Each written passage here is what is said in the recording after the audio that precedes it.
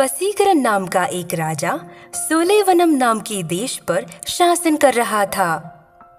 उनको बच्चे नहीं थे, इसीलिए वे एक हरा तोता पाल रहे थे। वो तोता बहुत सुंदर था।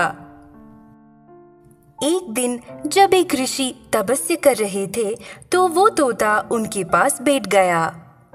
अरे तोता, तुम बहुत सुंदर लग रहे हो। मैं तुम्हें एक फल दूंगा। अगर तुम इसे खा लोगे तो तुम हमेशा जवान रहेंगे, उसने कहा और फल दिया।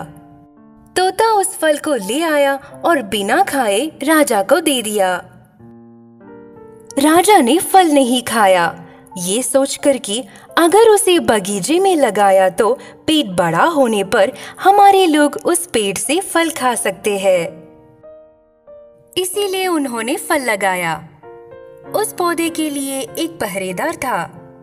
एक दिन वो पौधा बड़ा हो गया और उसमें फल आ गए। पहरेदार ने अगले दिन फल तोड़कर अपने राजा को देने का विचार किया। एक शाम एक सांप उस पेड़ पर चढ़ गया और एक फल को जहरीला कर दिया। पहरेदार को ये नहीं पता था। अगले दिन पहरेदार ने वही फल अपने राजा के लिए तोड़ा। उसने ये जाने बिना ही फल दे दिया कि सांप ने उस फल को जहरीला कर दिया है। राजा ने वो फल लिया और कहा, तुमने बहुत मेहनत से इस पौधे को 1 साल तक बड़ा किया है, तो तुम ये फल खाओ। फल खाने की तुरंत उसकी मृत्यु हो गई। ये देखकर राजा दंग रह गए। उन्होंने तोते को इसी कारण से मार दिया। उसने आदेश दिया कि कोई इस पेड़ का फल न खाए।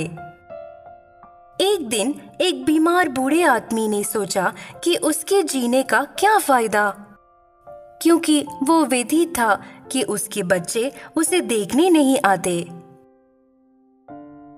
ऐसे में उसने जहरीला फल खाकर मरने के बारे में सोचा।